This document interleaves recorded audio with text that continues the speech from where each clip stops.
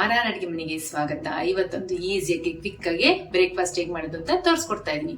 ಬ್ರೇಕ್ಫಾಸ್ಟ್ಗೆ ಲಂಚ್ಗೆ ಎರಡಕ್ಕೂ ಆಗುತ್ತೆ. ಬನ್ನಿ ಹೇಗ್ ಮಾಡೋದು ನೋಡೋಣ.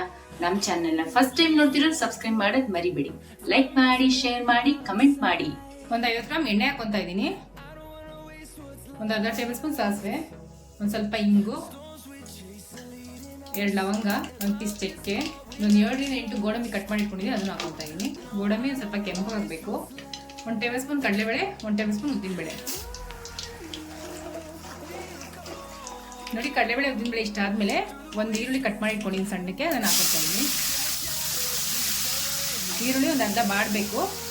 ಈರುಳ್ಳಿ ಇಷ್ಟು ಬಾಡಿದ್ಮೇಲೆ 1 ಟೊಮೆಟೊ ಕಟ್ ಮಾಡಿ ಇಟ್ಕೊಂಡಿದ್ದೀನಿ, ಅದನ್ನು ಹಾಕೊಂತ ಇದೀನಿ.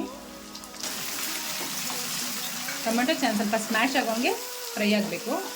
ಟೊಮೆಟೊ ಫ್ರೈ ಆಗೋದಕ್ಕೆ ಮಸಾಲೆ ಪದಾರ್ಥಗಳನ್ನ ರುಬ್ಕೊಂಡ್ಬಿಡೋಣ. 1 ಕಪ್ ಕಾಯಿ ತುರಿ ತೊಗೊಂಡಿದ್ದೀನಿ, ಅದನ್ನ ಹಾಕೊಂತ ಇದೀನಿ. ರುಚಿಗೆ ತಕ್ಕಷ್ಟು ಉಪ್ಪು, 4 ಹಸಿಮೆಣಸಿನಕಾಯಿ ತೊಗೊಂಡಿದ್ದೀನಿ, 4 ಒಣಮೆಣಸಿನಕಾಯಿ ತೊಗೊಂಡಿದ್ದೀನಿ, ಒಂದು ಅರ್ಧ ಟೇಬಲ್ ಸ್ಪೂನ್ ಇಂಗು, 1 ಕಪ್ ಕರ್ಬೇವಿನ ಸೊಪ್ಪು ತೊಗೊಂಡಿದ್ದೀನಿ.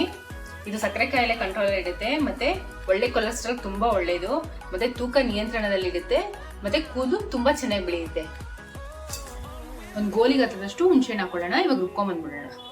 ನೋಡಿ, ಈ ತರ ರುಬ್ಕೋಬೇಕು. ಇಷ್ಟು ತರ್ತರಿಯಾಗಿರ್ಬೇಕು, ತುಂಬಾ ನೀರ್ ಹಾಕ್ಬೇಡಿ, ಗಟ್ಟಿಯಾಗಿ ರುಬ್ಕೊಳ್ಳಿ ಆದಷ್ಟು.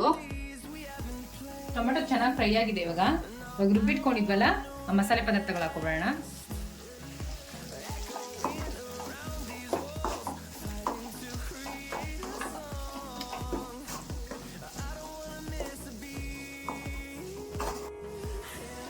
ಇದೊಂದು ಸ್ವಲ್ಪ ಎಣ್ಣೆ ಬಿಡೋ ತನಕ ಫ್ರೈ ಮಾಡ್ಕೋಬೇಕು.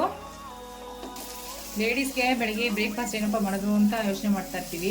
ಇದು ತುಂಬಾ ಈಸಿಯಾಗಿ ಆಗುತ್ತೆ, ಕ್ವಿಕ್ ಆಗಿ. ನೋಡಿ, ಇದಾಗಿದೆ. ಸ್ಟವ್ ಆಫ್ ಮಾಡ್ಕೊಂಡ್ಬಿಡೋಣ. ಗೊಜ್ಜು ರೆಡಿ ಆಗಿದೆ. ಅನ್ನ ಹಾಕೊಂಡು ಕಲ್ಸ್ಕೊಂಡ್ಬಿಡೋಣ. ಕರ್ಬೇವು ಸೊಪ್ಪಿನ ಬಾತ್ ರೆಡಿ ಆಗಿದೆ.